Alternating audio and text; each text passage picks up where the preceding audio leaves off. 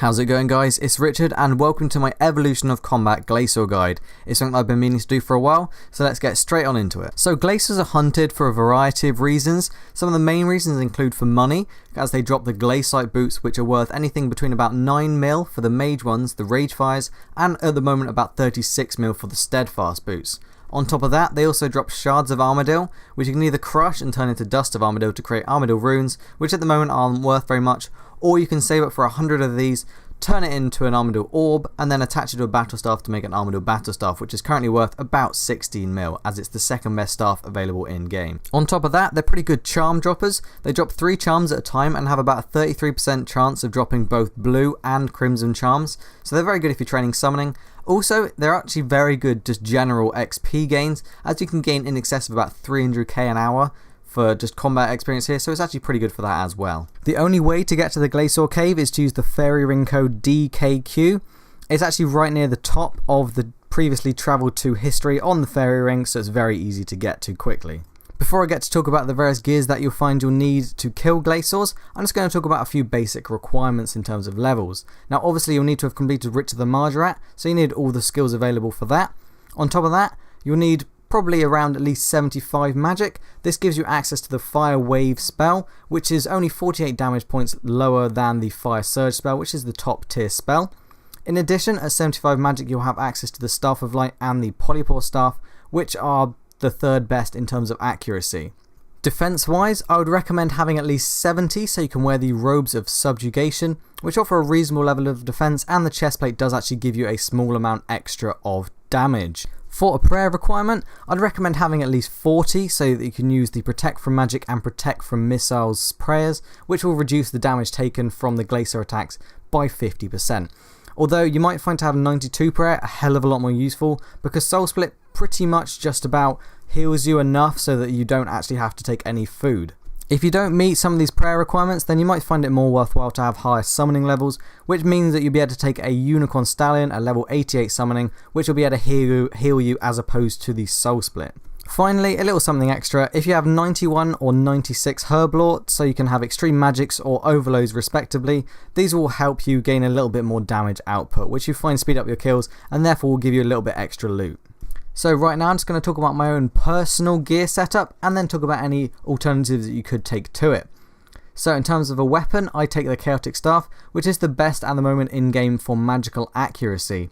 Now you could lower yourself down one tier and take the Armadil Battle Staff, which instead of the 3000 accuracy instead has 2600, which obviously isn't much of a sacrifice, but Glacors do actually have very high defense. Now just below that at the level 75 staves, you've got the Polypore Staff, the Greater Runic Staff, and the Staff of Light, which will offer about 2300 accuracy, which obviously means you'll be splashing a little bit more often than you would with these higher end weapons, but obviously are considerably cheaper. You might want to consider having the Staff of Light over the Polypore Staff because you don't have to pay for repairs, unlike you would with the Chaotic Staff or the Polypore. Now in terms of armour, I'm actually wearing the Ganodermic robes, which are very good for defense, but just below that, the tier below, which is only 5 levels lower, is the Robes of Subjugation, which offer quite good defense, like not too much worse than this, and not too much worse in terms of life point bonus. And they also add a tiny little damage boost on the chest plate. Now you could go above this armour and go to the next sets. The level 80 gear, which is Virtus for magic, offers damage in all pieces and a hell of a lot more armour. And if you're going for armour and you have the extra money, or you've got the time dedicated to player imports, you can take the Sea Singer armour, which obviously is awesome. Now a couple of little extra notes. A cape, I actually take the Guthix cape because it offers the 2.5% critical hit. However, the armour is a tenth of what you'd get from a skill cape, so you might want to consider taking a skill cape because it's got a 2% crit bonus on everything and it offers a hell of a lot more armour. Similar things for a ring, I take the Ring of Wealth because I like the additional chance of getting good drops, but then at the same time you might want to take something like an Imbued ring, which offers a little bit more armour. So that's it for equipment. Let's move on to talk about the individual Glacor mechanics. So to start off, Glacors are extremely weak to fire spells. Any fire spells that you cast on them will do double damage, I believe is the figure. So I'd strongly recommend doing this. Also, you might want to take into account that to get the best magical DPS, you want to do 2 abilities and then let an auto attack go. This will give you the maximum DPS possible, and you'll see your damage against Glacors being a hell of a lot higher than it previously would be. For the sake of this guide, I'm going to be ignoring any melee attacks that the individual Glacor does. This is because you should never really be in melee range of the Glacor. So other than the special abilities of the Glacor, it only offers 2 basic auto attacks. One of them is a ranged attack, which will fire a spike looking thing at you, and the magic attack is a blue orb coming at you. It will always do these attacks for about 3 times in a row and then switch to the other one. And what you'll find is that the attacks can actually be blocked or semi-blocked while it is still travelling in the air, like the Tazar Jad, unlike previous monsters that it's predetermined damage when it leaves the monster's hand. This gives you a couple of extra seconds to prayer switch, so you can reduce that damage significantly. These attacks can cause up to about 980 damage, and so about 490 if you're using protection prayers. On top of this, the Glacor is able to freeze you temporarily, which you can solve by rapidly clicking away. On top of this attack, there's also a similar attack to the range attack where multiple of the spikes will fly at you, and what you want to do in this instance is immediately click away by at least 1 square, because otherwise this attack will cause large spikes underneath you and cause damage equal to exactly half of your current life points. Once you've got the Glacor down to half health, it'll deploy 3 minions, each of which has a unique ability. The Sapping Glacier, which appears to be a sort of teal colour, will drain your prayer points at an increased rate.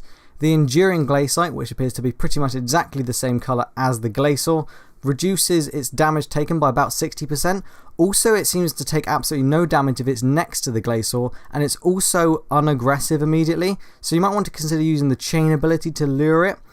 On top of that, the Unstable Glacier, the final red one, will have a bar underneath it that looks similar to the Adrenaline bar, and once it's full, it will stay stationary for about 3 seconds and then explode, causing a large amount of damage.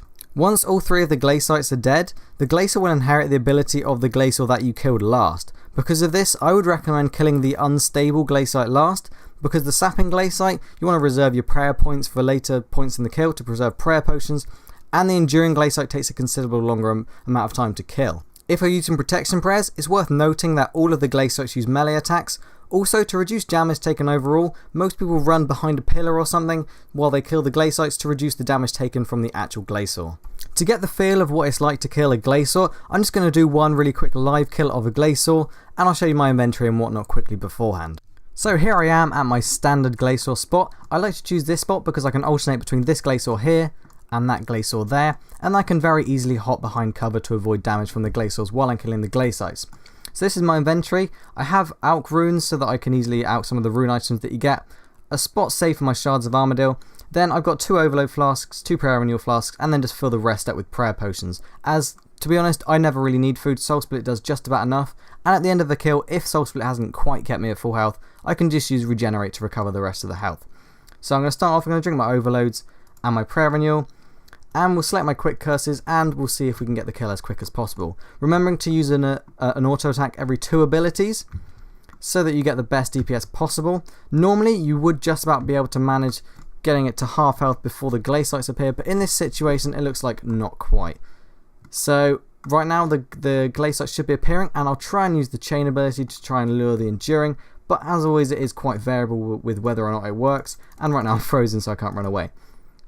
So first off, I like to kill the Sapping Glacier first, so that I keep my prayer points higher. Normally, I would be able to get the kill of the Sapping Glacier just before the Enduring explodes, but unfortunately it seems I wasn't able to there. So then you move on to the Enduring. This is when you usually use your Threshold abilities because its defense is considerably higher, so you want to use your higher powered attacks, letting off an auto attack, and just doing your abilities in the same rotation as always. One more auto attack. Generally, you should just about be able to kill the Enduring before the Unstable explodes a second time, which we've managed to do here. And then you move back onto the standard Glacor and try and do as much damage as possible. Once you've killed the Unstable, it seems that you can cause ridiculous amounts of damage to the Glacor, and usually you can kill it before it explodes, which we should just about manage here, and we have managed it. So there we go. Have we got a good drop? No. Gold Charms and Mud Runes. Doesn't get much worse than that. We'll pick them up. Well, we'll pick the Mud Runes up anyway. So I hope this guide has been very informative. I put a fair amount of effort into it, so if you could leave a like, that would mean a lot. And in future, I wish you the best of luck for killing Glacors, and I hope that you get a lot of luck with drops. If you want to see future Evolution of Combat guides, then feel free to subscribe. I'll hopefully be posting them as often as I can. So I hope this guide has been very useful, and best of luck killing Glacors. See you again soon.